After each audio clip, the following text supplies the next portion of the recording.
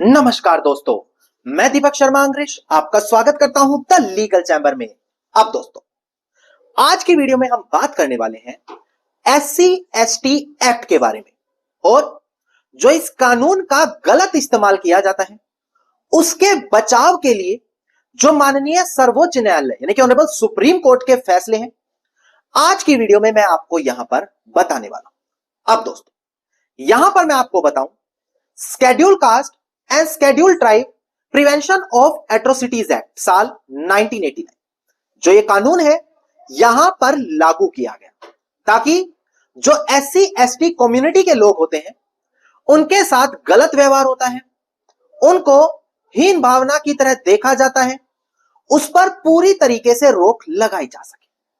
और आज की वीडियो में मैं इसी कानून के ऊपर चर्चा करने वाला हूं। अब दोस्तों, अगर आप लोगों को हमारी ये वीडियोस अच्छी लगती हैं, अगर आप लोगों को लीगल चैम्बर टीम से किए गए एफर्ट्स अच्छे लगते हैं, तो बिल्कुल छोटा सा अनुरोध है, वीडियो को तुरंत लाइक करें और कमेंट सेक्शन में ये जरूर लिखें कि देश और दुनिया के किस कोने से आप हमारी ये वीडियोस देख रहे हैं। तो चलिए दोस्तों, अब आज की इस वीडियो को हम ज्यादा लंबा ना करते हुए आज की इस वीडियो को स्टार्ट करते हैं।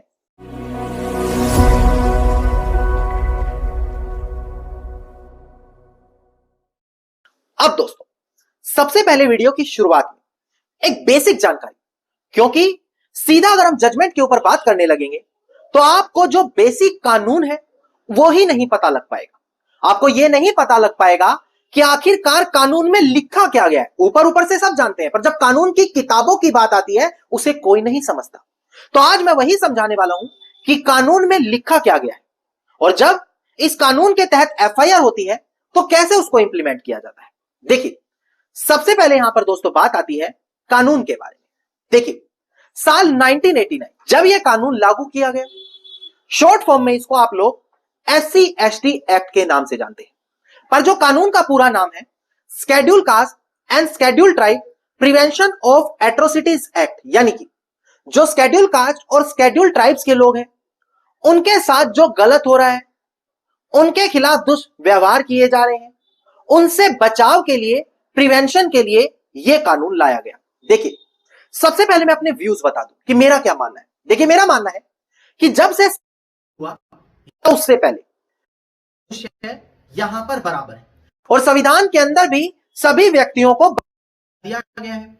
यह पुरानी मानसिकताएं हो सकती थी कि किसी को स्वर्ण बता दिया जाता था और किसी को नीची जाति का बताया जाता था, पर कानून और मेरे स्वयं की नजरों से ऐसा कुछ नहीं है। सभी लोग कानून के लिए सामान्य हो जाते हैं, पर इस बात को भी नकारा नहीं जा सकता कि बहुत से लोग इस कानून का केवल गलत इस्तेमाल करते हैं। या तो बदला लेने के लिए किया जाता है, इंसिडेंट कुछ और होता है, पर उसको जानबूझकर एससी एसटी एक्ट में कन्वर्ट किया जाता है ताकि जो सामने एक्यूज्ड है, आरोपी है, उसे ज्यादा गंभीर तरीके से यहां पर क्या किया जा सके, प्रताड़ित किया जा सके ना। मैं आपको बताऊं, जो ये एससी एसटी एक्ट है, अगर अभी इसका सेक्शन 3 का क्लोज 1 का सब क्लोज एस या सब क्लोज आर पढ़े तो वो पूरी जानकारी आपको देता है कि कैसे इस कानून के अंदर एफआईआर की जाती है, या फिर ये कहें कि जो हमारी आज की वीडियो है वो इसी प्रावधान पर टिकी है। तो सबसे पहले मैं डिस्प्ले पर दिखाकर आपको इसी को क्लियर कर दूं ताकि इसके बाद हम ऑनरेबल सुप्रीम कोर्ट की जजमेंट के बारे में बात करें तो आपको क्लियर हो जाए।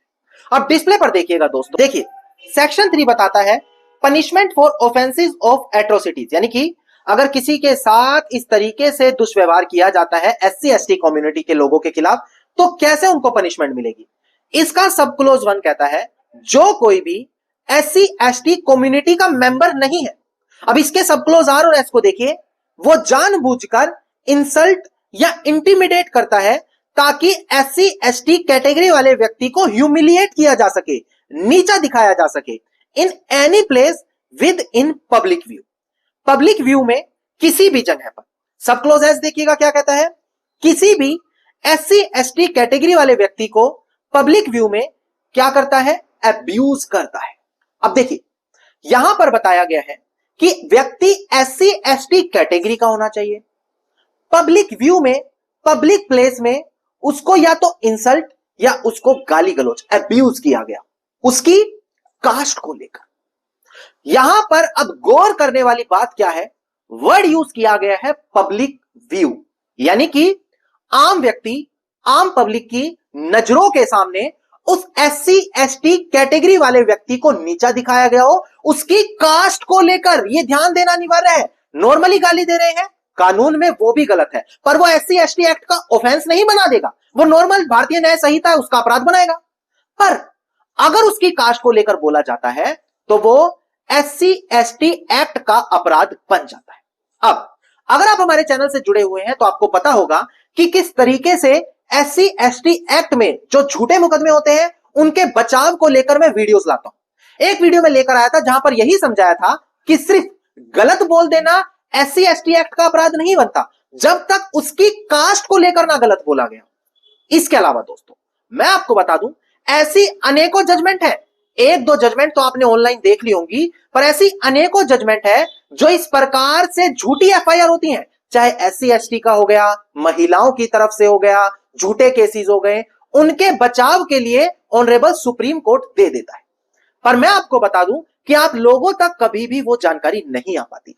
कारण क्योंकि वो प्रॉपर प्लेटफॉर्म आपके पास नहीं है कि जहां से आप ये जानकारी ले सकें। न्यूज आप देख लेते हैं, उसमें घटना की जानकारी तो मिल गई, पर क्या वो आपको सुप्रीम कोर्ट की जजमेंट देगा?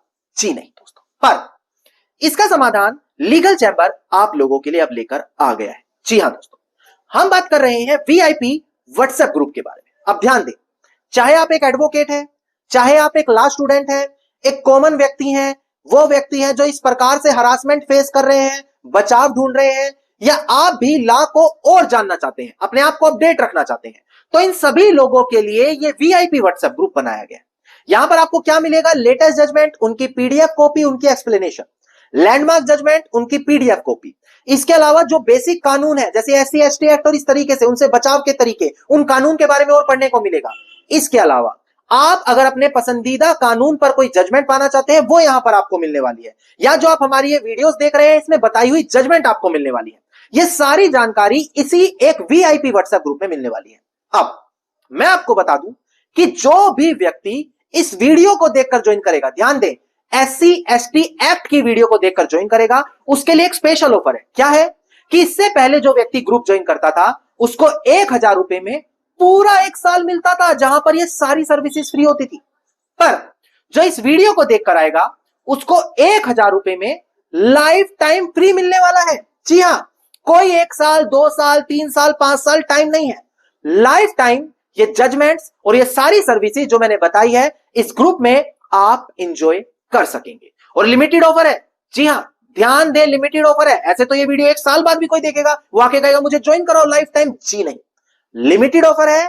तुरंत जाएं, वीडियो के डिस्क्रिप्शन में आपको नंबर मिलेगा और जाकर वीआईपी व्हाट्सएप ग्रुप जरूर ज्वाइन करें, क्योंकि अभी एक स्पेशल ऑफर और चलाया जा रहा है जहां पर जो लोग ये 1000 रुपए देकर ज्वाइनिंग करते थे वो अगर उस ऑफर में पार्टिसिपेट करते हैं और जीतते हैं तो उनको ये 1000 रुपए भी रिफंड कर दिए जाएंगे। तो वो ऑफर क्या है उसके लिए तुरंत वीडियो में जाएं, जाकर डिस्क्रिप्शन कनेक्ट करें और वीआईपी ग्रुप लाइफ टाइम का ज्वाइन करें, 1 साल का नहीं। अब यहां पर हम बढ़ते हैं जो हमारी जजमेंट है। अब एक बात डिस्प्ले पर देखकर ध्यान दें, सबसे पहले मैं केस टाइटल आपको क्लियर कर दूं। देखिएगा दोस्तों, डिस्प्ले पर केस टाइटल है हमारा करूपदयार, जो यहां पर अपीलियंट है versus state representative by deputy superintendent of police, जो हमारे यहां पर रिस्पोंडेंट है। एसएलपी नंबर है 8778-8779 ऑफ 2024 और डेट ऑफ जजमेंट है हमारी 31 जनवरी साल 2025। नाउ ये एक जजमेंट हो गई। एक जजमेंट पर और ध्यान दें, क्योंकि दोनों जजमेंट सेम ही बात करती है, पर आपके पास दोनों जजमेंट के रेफरेंस होने अनिवार्य है।